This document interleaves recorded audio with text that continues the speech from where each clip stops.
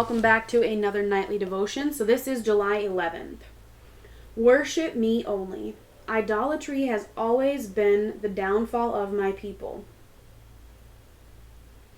I hate to do this, but I just have to say this.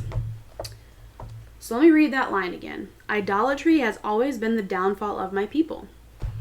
So to me, immediately that triggers, where are we in society right now? To me, it seems as though so much of the U.S. idolizes pride, as in gay pride. Okay? We idolize so much this freedom of expression, and which literally just means people go walk naked in the streets with children out there.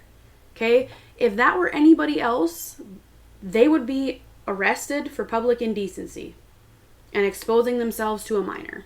But yet here we are, under the guise of pride, the umbrella of pride. It's okay. You can do that. You can be naked in the streets and little kids can see adult naked people. And that's totally fine. And I believe that that is going to be a downfall for us. I don't see how it can't. So I don't mean to make this political, and it's not supposed to be. This is just what I see and what I believe. And so if that upsets you, maybe this isn't the right place for you, because I probably will say stuff like this on this channel because God calls us to speak out against things in this world, and I am no longer going to be silent on those things. I have been pushed to a point where I'm done with it. I'm not going to be silent anymore on things like this. So idolatry has always been the downfall of my people. And my people, so his people, us as Christians and Catholics, we are fed this lie that we are supposed to accept and love, and Jesus is love. They love to say that to you. Jesus is love. Yes, Jesus is love, and I love you. I just don't love your sin. I don't condone your sin. I love you. I love the sinner. I just don't love the sin. I don't condone the sin, and that's okay. People believe that you can't do both, and that's not true. You can distinguish those things. You can put a boundary there that says, no, I don't accept that. I refuse to accept that, and that's okay. So, I will get off my soapbox on that and continue on. I make no secrets about being a jealous God. Current idols are more subtle than ancient ones because today's false gods are often outside the field of religion. What did I say? People, possessions, statues, and aggrandizement are some of the most popular deities today. Beware of bowing down before these things. False gods never satisfy. Instead, they stir up lust for more and more. Lust. I can't make this up, and I don't read these beforehand. This is just my initial thoughts and feelings as I read these. When you seek me instead of the world's idols, you experience my joy and peace. These intangibles slake the thirst of your soul, providing deep satisfaction. So here's an interesting thing, and I talk about Bo a lot on this channel. So shout out to Bo Diddle again. The Trenches is another part of his channels. He goes to pride events, and one of the most recent ones that I watched of his videos, he asks a very interesting question to some of these people, and the question is, did the pride community fill a void in your life? I'm going to give you a second to answer this question. What percentage of the people do you think said yes? 100% of the people he asked said yes. These people have a void in their life, a hole in their life, and they are using the LGBTQ plus alphabet mafia group to fill that void.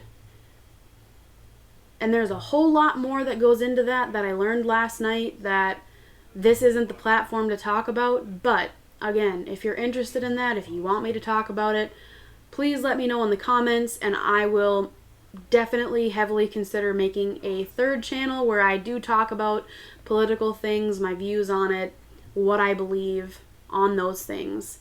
And it all plays into itself. It all plays into each other, and it's all planned. And then his follow-up question to that was, have you ever thought about seeking Jesus to fill that void? Some of the people answered no.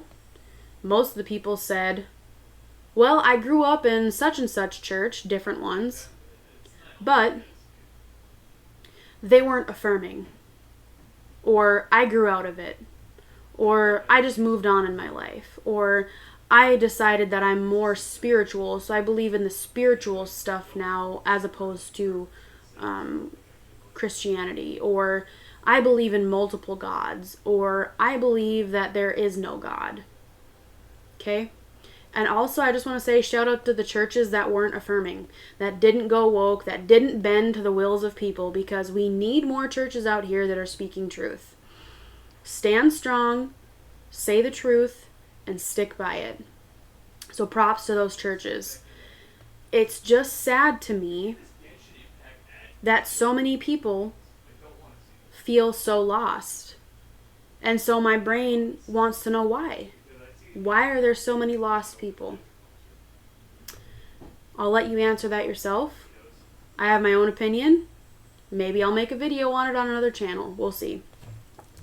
So let's continue on. The glitter of the world is tiny and temporal. Tinny and temporal. The light of my presence is brilliant and everlasting. Walk in the light with me. Thus you become a beacon through whom others are drawn to me.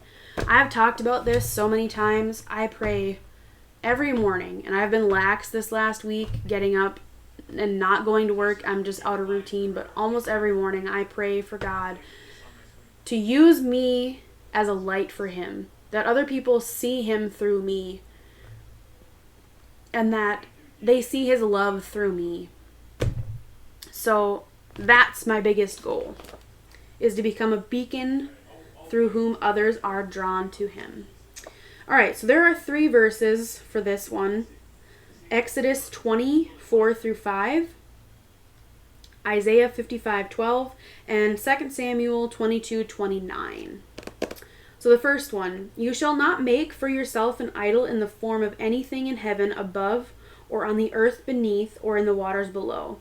You shall not bow down to them or worship them, for I, the Lord your God, am a jealous God, punishing the children for the sin of the fathers, to the 3rd and 4th generation of those who hate me. Maybe they should read that and see if they really are willing to take that on. Next one. You will go out and in joy and be led forth in peace. And the last one. You are my lamp, O Lord. The Lord turns my darkness into light.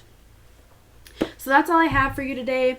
I'm sorry that I went on so many tangents, but there are things that I feel need to be said, and I feel that our community need to be emboldened with. So if that's not something that you want to hear, I guess I apologize, but also I don't apologize, because it's time for us to start speaking out and to start standing up as one body in Christ. So thanks for being here. I hope that you're enjoying this series. We will see you in the next video, and God bless.